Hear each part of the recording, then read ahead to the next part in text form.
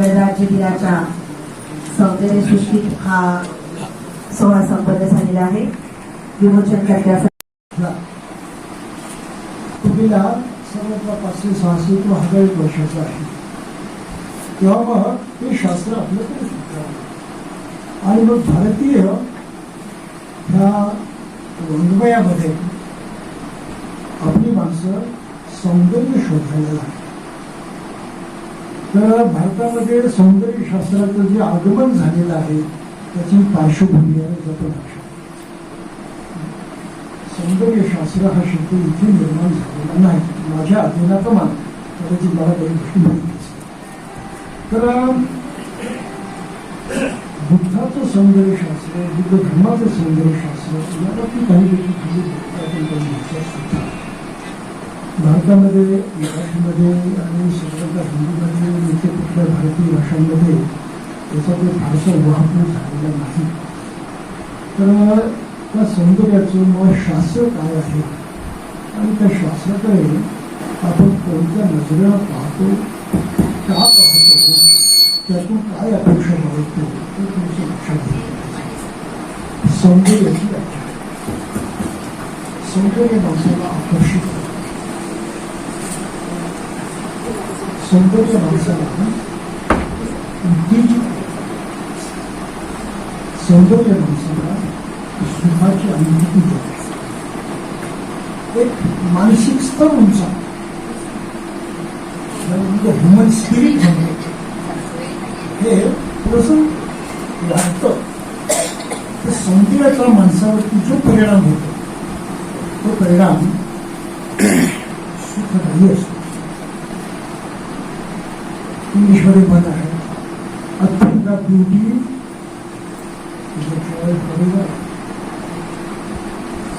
सुंदर गोष्ट, सुंदर गोष्ट म्हणजे काय. बुद्ध धर्माच्या संदर्भात लिहिलेलं पुस्तक आहे डॉक्टर गायकवाडचं.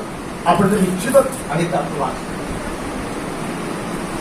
या पुस्तकाच्या संदर्भात बोलण्यापूर्वी मी लेखिकेला धन्यवाद देतो की हा जो विषय आहे ना, हा विषय साधा नाही, हा दुर्बोध आहे. खरोखर सर हा दुर्बोध विषय आहे. बुद्धाची सौंदर्य सम्यक सौंदर्य दृष्टी हा दुर्बोध म्हणजे न कळणारा कठीण असलेला विषय आहे. हा सोपा विषय नाही. पण या कठीण विषयावर लेखिकेने जे चिंतन केलं, माझ्याशी वारंवार तो संवाद झाला, जी चर्चा झाली आणि त्यातून त्यांनी जो लेखन मी पुढं केलं, एका दुर्बोध विषयावर लिहिलेलं पुस्तक. पण कसं आहे, डॉक्टर आजोहे मॅडम म्हणाले त्या मताशी समत हवं की नाही हा प्रश्न वेगळा. समत नाही म्हटलं घरी या बघते मी तुम्हाला असं की या पुस्तकाला जी प्रस्तावना लिहिली आहे त्या पुस्तकाचं शीर्ष म्हणजे त्या प्रस्तावनेचं टायटल असं आहे, दुर्बोध विषयावरील सुबोध भाष्य. दुर्बोध विषयावरील सुबोध भाष्य म्हणजे हा विषय कठीण आहे, सर्वसामान्य वाचकांच्या पलीकडचा आहे. पण हा कठीण विषय असताना सुद्धा हा विषय अतिशय सोप्या भाषेमध्ये त्यांनी मांडला. या पुस्तकाचा पहिला वाचक हा यवतमाळ जिल्ह्यातील बोंडगण या गावातील आहे. त्या वाचकाचं नाव गौतम भालेराव. इंग्रजीमध्ये एम ए झालेला त्यावेळेचा माणूस, ग्रामीण भागामध्ये राहतो. डॉक्टर अशोक गायकवाड साहेबांनी लेखिकेला पुस्तकं पाठवण्याच्या आधी ते पुस्तक गौतम भालेराव या सद्गृहस्थाला दिले.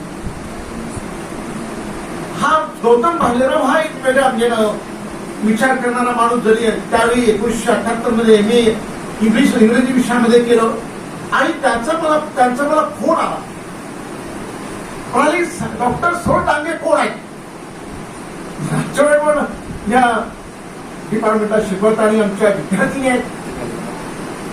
म्हटलं झालं काय? तर ते म्हणाले त्यांचं पुस्तक मी वाचलं. भेटलं असं होऊ शकत नाही. पुस्तकातून आम्हाला मिळाले, लेखिकेला तर पुस्तक मिळालेलं नाही. लेखिका बोलले, मॅडमनी मला सांगितलं, प्रकाश शांतराव सरांनी सांगितलं की ते पुस्तक येणार आहे डॉक्टर गायकवाड सर. आणि डॉक्टर गायकवाडांना सुद्धा फोन मला आला आणि पुस्तक मिळेल. मी म्हटलं होऊ शकत नाही. लेखिकेला मला ते पुस्तक मिळालंच नाही. आणि त्या गावामध्ये म्हणजे अतिशय आगोडा ते गाव आहे, अगदी किनवट तालुक्याच्या काठावर, पैनगंगेच्या काठावर ते गाव आहे. आणि त्या गावातलं मला म्हणतो मी पुस्तक वाचलंय. म्हटलं होऊ शकत नाही. मग ते म्हणाले मी हे पुस्तक वाचलं. म्हटलं कसं वाचलं? आजकाल व्हॉट्सअपवर वाचायची सोय आहे. ते म्हणाले डॉक्टर अशोक गायकवाडनी मला ते पुस्तक दिलं. मी म्हटलं होऊ शकतो, कारण डॉक्टर अशोक गायकवाडांचं गाव बोंडगाव आहे, त्यांच्या गावातला माणूस गौतम भालेराव. मग तो असं म्हणाला सर हे पुस्तक अतिशय उत्तम आहे, उत्कृष्ट आहे, मी वाचले आहे. आणि माझ्याशी त्यांनी सांगितलं. आणि त्याचबरोबर त्यांची मिसेस जे आहे त्यांनी आगल्या मॅडमला फोन केला आणि आगला मॅडमला या प्रतिक्रिया कळवल्या. आणि आम्ही नंतर डांगे मॅडम आणि अर्थात डॉक्टर सरोज शांतराव मॅडम आणि प्रकाश शांतरावांना कळवले. याचा अर्थ असा की विषय कठीण आहे, पण कठीण असला तरी त्याचं भाष्य अत्यंत चांगल्या पद्धतीने केलेलं आहे. मित्र हो, सौंदर्य म्हणत असताना सौंदर्याबद्दलच्या आमच्या कल्पना निश्चित आहे. एखादी गोष्ट चांगली दिसली, मनाला आवडली की आपण म्हणतो हा काय सुंदर आहे. चांगली म्हणजे आपल्याला चांगली गोष्ट दिसल्यानंतर आपल्याला सुंदर वाटते आणि मनाला आनंद होतो, मन आल्हाददायक होतं. मनाला एक वेगळेपण आहे की नाही, काहीतरी आपण चांगलं बघितलं. हे सौंदर्य, हे सौंदर्याच्या म्हणजे बाह्य सौंदर्याच्या व्याख्या. पण बाह्य सौंदर्य ही नजर कशी आहे की योग्य आहे अयोग्य आहे या दृष्टीनं. आणि मग सौंदर्य हे डोळ्यात नसतं, ते त्याच्या नजरेमध्ये असते, दृष्टीमध्ये असतं. ही गोष्ट आपण लक्षात घेतली पाहिजे. आणि म्हणून उदाहरण सौंदर्याबद्दल जी मीमांसा केलेली आहे, ती मीमांसा नेमकी काय की बुद्धांचा सौंदर्याबद्दलचा पहिला निकष काय होता? कोणता निकष म्हटला बुद्धानं? आपण इथे बुद्धाची सौंदर्यविषयक सम्यक दृष्टी किंवा सम्यक सौंदर्य दृष्टी असं म्हणतो. नेमका काय निकष मांडला? बुद्धाचा धम्म जो आहे हा जीवनवादी सत्याचा आविष्कार आहे. बुद्धाचा धम्म हा जीवनवादी सत्याचा आविष्कार आहे. मानवी जीवन सुखी करणं म्हणजेच बुद्धाच्या सौंदर्य शास्त्राचा गाभा आहे. मानवी जीवन सुखी करणं आणि म्हणजे खऱ्या अर्थानं आपण जेव्हा लहान मुलाचा विचार करतो तेव्हा लहान मुल त्याला काहीच कळत नाही. आई वडील त्याला शिकवतात, असं कर तसं कर, संस्कार करतात. म्हणजे लहान मुलाच्या अंतर्मनात किंवा त्याच्या मनावर समाजातून जशा प्रकारचे संस्कार होत असतात तशा प्रकारचं त्याचं व्यक्तिमत्व घडत असतं. एखादी व्यक्ती सुंदर दिसतो म्हणजे केवळ बाह्य सौंदर्यानं नाही, तर त्याचं सौंदर्य बुद्ध तत्वज्ञानाच्या दृष्टिकोनातून त्याचं सौंदर्य हे त्याच्या व्यक्तिमत्वात असतं. म्हणजे बाह्य व्यक्तिमत्वामध्ये नाही. तो कशा प्रकारे विचार करतो, कशा प्रकारे आपले विचार मांडतो, कशा प्रकारे त्याचं आचरण आहे. आणि त्या संदर्भात लेखिकेनं बुद्धानं जो पंचशील तत्व मांडलेला आहे, पंचशील तत्वाच्या संदर्भात अतिशय मार्मिक आणि वैचारिक अशा प्रकारचं विश्लेषण डॉक्टर सरोज डांगे मॅडमनी केले. पंचशील जे आपण म्हणजे प्रत्येक प्रसंगी बौद्ध लोक पंचशील ग्रहण करतात. कशासाठी ग्रहण करतात, कशासाठी ते महत्वाचं आहे? कारण पंचशील मुळे जर आपण ग्रहण केलं आणि पंचशील नुसार जर आपण आचरण केलं तर आपलं जीवन जे आहे हे सुखमय करता येतं, आनंदमय करता येतं आणि त्याचबरोबर आपण इतरांना सुद्धा प्रकाश देऊ शकतो, इतरांना सुद्धा मार्गदर्शन करू शकतो. आणि अशा प्रकारचं पंचशिलावर आधिक असलेलं जे व्यक्तिमत्व आहे, हे व्यक्तिमत्व म्हणजे सौंदर्याचं प्रतीक आहे, सौंदर्याचं प्रतीक. आणि त्या दृष्टीनं बुद्धांनी सौंदर्याचं विश्लेषण केलेलं आहे आणि लेखिकेनं अत्यंत योग्य पद्धतीने मांडलेला आहे. अगदी एक दोन गोष्टी उल्लेख करतो, मी थांबतो, वेळेचा भान मला आहे. आपण सौंदर्य कुठे बघतो?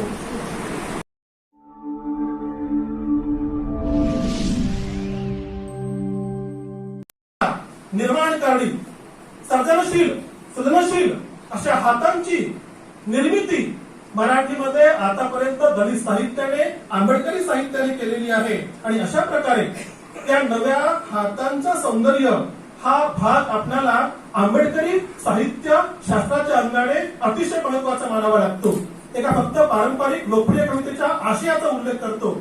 उस्मानाबादांची एक गाजलेली कविता आहे, शब्द मला बरोबर सांगता येणार नाही, त्याचा आशय असा आहे: सर्वात सुमधुर आवाज, ना कोकिळेच्या कुजनाचा, ना सुंदरीच्या ओठावरील शब्दांचा, सर्वात सुंदर सुमधुर आवाज, बंदिवानाच्या हातापायांतील शृंखला खळखळा तुटण्याचा. म्हणजे मुक्तीचं हे सौंदर्य आहे, हे मुक्तीचं सौंदर्य हे एका अर्थाने संपूर्ण मानवी जीवनाला उन्नत करत असतं. आणि अशा उन्नतीचा मार्ग हा खऱ्या अर्थाने एका नव्या प्रकारच्या भूमीकडे जात असतो. आणि म्हणून आपण लक्षात घेतलं पाहिजे की आतापर्यंत मराठीमध्ये, भारतामध्ये ज्या प्रकारच्या सौंदर्याच्या, सुंदरतेच्या, माधुर्याच्या, कोमलतेच्या, नजाकतपणाच्या कल्पना होत्या त्या पुन्हा खोट्या होत्या. त्या कल्पनांना आंतरिक सौंदर्याकडे आणण्याचं कार्य प्राचीन काळात बुद्धाने केलं. आणि तेच कार्य अलीकडच्या कालखंडामध्ये आपल्याला दलित आंबेडकरी साहित्याच्या आधारे पाहता येतं. एक लक्षात घ्या, अनेकदा काय असतं की सौंदर्याच्या बद्दल आपल्या अनेक कल्पना फार वेगळी असतात. सौंदर्य म्हणजे कसं मोठं, विशाल, भव्य दिव्य, देखणं, परदेशातलं, उटीचं, शिमल्याचं किंवा गोव्याचं असं नसतं. सौंदर्य हे तुम्ही तुमच्या पद्धतीने जगण्याकडे पाहण्यातून निर्माण होत असतं. जे सौंदर्य सागरामध्ये असतं, जे सौंदर्य सिंधूमध्ये असतं, ते सौंदर्य एखाद्या छोट्याशा बिंदूतही राहू शकतं. त्या बिंदूच्या सौंदर्याला समजून घेण्याकरता आपल्याला जीवनाचा सकारात्मक विचार करावा लागतो. आणि त्या दृष्टिकोनातून विचार करण्याची भूमिका एकंदर दलित आंबेडकरी साहित्यामध्ये पाहायला मिळते. मुळामध्ये मी हा पूर्वार्ध याकरता म्हटलं होतं की सौंदर्याची भूमिका आहे. त्या सौंदर्याच्या भूमिकेतून आपण बुद्धाकडे येतो, बौद्ध विचाराकडे येतो. आणि मग सम्यक दृष्टिकोनातून आपल्या ज्या ज्या काही कृती घडतात त्या त्या कृती सुंदर होत असतात. आणि त्या सुंदरतेच्या बाबी ह्या अत्यंतिक महत्वाच्या मानाव्या लागतात. काहींना स्त्रियांच्या सौंदर्य वाटतं, त्यात त्यांना लावण्य वाटतं.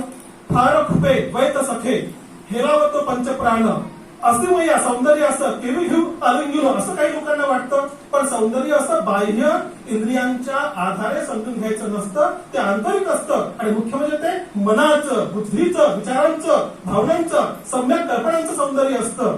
त्या कल्पनांचा गाभा, या सम्यक विचारांचा गाभा बुद्ध विचारामध्ये आलेला आहे. त्यामुळे आपण एक लक्षात घ्यावं की बुद्ध तत्वज्ञानामध्ये खऱ्या अर्थाने मानवी जीवनाच्या सौंदर्याचा विचार परिपूर्णपणे आलेला आहे. जीवनामध्ये जे अमंगल आहे, कुरूप आहे, चुकीचं आहे, वाईट आहे, अकलंकारक आहे, अविवेकी आहे, त्या सगळ्यांना नकार देणं आणि या मानवी जीवनाला सुंदर करणं, मानवी जीवनाला सुंदर करण्याची बाब जगातल्या कोणत्याही धर्मामध्ये आली नाही, ती फक्त बुद्ध धर्मामध्ये आलेली आहे. जगाला जर सुंदर करायचं असेल तर मनाला, वाणीला, विचारांना सुंदर करावं लागेल. आणि आंतरिक सौंदर्याच्या आधारे आपल्याला पुढे जावं लागेल. हा विचार गाभा महत्वाचा मानावा लागतो. त्या गाभ्याचं दर्शन तपशिलाने या पुस्तकामध्ये डॉक्टर डांगे मॅडम यांनी करून दाखवलेलं आहे. मी तुम्हाला म्हटलं की फक्त या विषयापर्यंत पूर्वार्ध सांगेन, त्याचं उत्तरार्ध तुमच्याकडे भंतेंनी सांगितलंच होता, सगळे सांगणार आहे. माझा वेळ संपला आहे याची मला कल्पना आहे आणि तुम्हाला भरपूर बोलता आलं असतं. तुर्तास येथे थांबतो. सर्वांचा आभार मानतो. सर्वांना जय भीम, नमो बुद्धाय. सर्व महामानवांना मी त्यांच्या स्मृतीस अभिवादन करते. प्रबोधन पीठावर उपस्थित आजच्या कार्यक्रमाचे अध्यक्ष doctor Pradeep Agalawe sir, Bhadant Vimal Kulsari, Ashok Gaikwad sir, Lende sir आणि उपस्थित इथे सर्वच मान्यवर. आता वेळ कमी उरलेला आहे आणि सगळ्यांची नावं मला घेता येणार नाही म्हणून क्षमा मागते. आज पुस्तकाच्या प्रकाशनाचा प्रोग्राम, पण मला आजचा हा दिवस जेव्हा मी PhDचा व्हायवा दिलेला होता त्याही दिवशी मी इतकी घाबरलेली नव्हती जेवढी मी आज घाबरलेली आहे. कारण मी जी काही रचना निर्माण केली, जे काही लिहिलं, त्याचं ऑडिट आज होणार होतं आणि ते ऑडिट नकारात्मक असेल किंवा सकारात्मक असेल ह्याची मला खूप भीती वाटत होती. आणि म्हणून PhD पेक्षाही जास्त आज माझी परीक्षा आहे आणि होती. आज हे जे पुस्तक तुमच्या समोर आलेलं आहे, 2019 मध्ये ठाणे इथे एक बौद्ध साहित्य संमेलन झालं आणि त्या संमेलनामध्ये मला बुद्धाची सौंदर्य दृष्टी हा विषय माझ्या भाषणाचा होता. मी ते भाषण तिथे दिलं आणि ते भाषण दिल्यानंतर मला जो भरभरून प्रतिसाद मिळाला आणि तो जो विषय सगळ्यांनी अगदी डोक्यावर घेतला, तेव्हा मला असं वाटायला लागलं की आपण याचं पुस्तक रूपी काहीतरी काढलं पाहिजे. आणि त्यानंतर या लॉकडाऊनच्या काळामध्ये मला त्याचा भरपूर वेळ मिळाला आणि ते लिखाण मी केलं. हे लिखाण करत असताना किंवा मी लिखाण करावं असं अनेकांना वाटत होतं आणि आपल्याला सर तर अक्षरशः माझ्यावर चिडायचे की मॅडम तुम्ही का लिहित नाही. पण मी आज इथे सांगू इच्छिते की मला असं वाटत होतं जोपर्यंत आपल्यामध्ये परिपूर्णता येत नाही आणि आपलं पुस्तक वाचकांच्या हातात गेल्यानंतर त्यांना जोपर्यंत तो परफेक्टनेस तिथे जाणवत नाही तोपर्यंत आपण लिहिण्यात काही अर्थ नाही, हे मी आज कबूल करते. मी लिहावं म्हणून सतत अनेक लोक मला प्रोत्साहित करत राहिले. त्यामध्ये माझे मिस्टर प्रकाश शामकर सर यांचा अतिशय मोलाचा वाटा आहे. कारण मला पदही नसलं तरी सुद्धा एक कप चहाची अपेक्षा करणारा माझा नवरा जेव्हा मी काही वाचत असेल किंवा लिहित असेल तेव्हा कुठलाही डिस्टर्बन्स हिला होऊ नये याची पुरेपूर काळजी घेणारे. म्हणजे मला हे सांगावं असं वाटतं की लेकरं अभ्यास करत नाही आणि जेव्हा मुलं पुस्तक घेऊन बसतात तेव्हा त्या आई वडिलांना जो आनंद होतो तो आनंद माझ्या नवऱ्याला व्हायचा आणि ते त्या पद्धतीने मला प्रोत्साहित करायचे.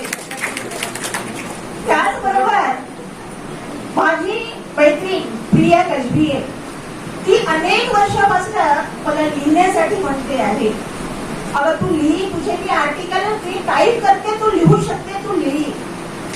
मी तरी सुद्धा अनेक वर्ष मी लेखन केलं नाही. माझी दुसरी मैत्रीण सुचित्रा, मी काहीही लिहिलं की तिला व्हॉट्सअपवर पाठवायचं किंवा तिला वाचून तरी दाखवायचं आणि मग ती भरभरून मला प्रतिसाद द्यायची. आणि ह्या सगळ्या याच्यामध्ये मला असं वाटायला लागलं की नाही आता आपण लिहितं झालं पाहिजे. आणि ते लिखाण करीत असताना माझं हे जे पुस्तक आलेलं आहे, मी आणखी दुसऱ्या एका प्रोजेक्टमध्ये गुंतलेली आहे. माझ्या PhDचा जो ग्रंथ आहे त्या ग्रंथाच्या लेखनाचं काम माझं सुरू आहे. पण त्या लेखनामध्ये मला इतके व्यत्यय येतात की ते कित्येक वर्ष झाले माझं ते पूर्ण होत नाही. आणि हा जो विषय आहे हा विषय माझ्या डोक्यात शिरल्यानंतर मला असं वाटायला लागलं की हे काहीतरी नवीन आहे. कारण जेव्हा मी त्या मुंबईच्या याच्यामध्ये गेली, कॉन्फरन्समध्ये गेली आणि त्या कॉन्फरन्सचे मध्ये जो माझं सत्र होतं त्या सत्राचे अध्यक्ष मोडे सर होते, दामोदर मोडे सर, प्रख्यात नाव आहे. त्यांनी तो विषय निवडलेला होता. तो विषय मला तिथे भाषणाच्या स्वरूपामध्ये मला तो तिथे मांडायचा होता. मला तो विषय बघितल्याबरोबर पहिल्यांदा मला असं वाटलं की हा कुठला विषय आहे. पण क्षणार्धातच मी एक विचार केला की सुख म्हणजे काय, सुखाचं प्रयोजन काय. तर बघा, सुख म्हणजे सौंदर्य म्हणजे सौंदर्याचं प्रयोजन काय आहे, तर सौंदर्याचं प्रयोजन सुख हेच सौंदर्याचं प्रयोजन आहे. आणि मग माझ्या डोक्यामध्ये असा लिहायला लागलं की बुद्धाने याच्यापेक्षा वेगळं काहीही मांडलेलं नाही. त्यांना सुंदर असा माणूस घडवायचा होता आणि त्या सुंदर माणसाला घडविताना त्यांनी धम्मरूपी जे काही तत्वज्ञान मांडलेलं आहे, त्या तत्वज्ञानाच्या माध्यमातूनच एक सुंदर माणूस घडवता येतो.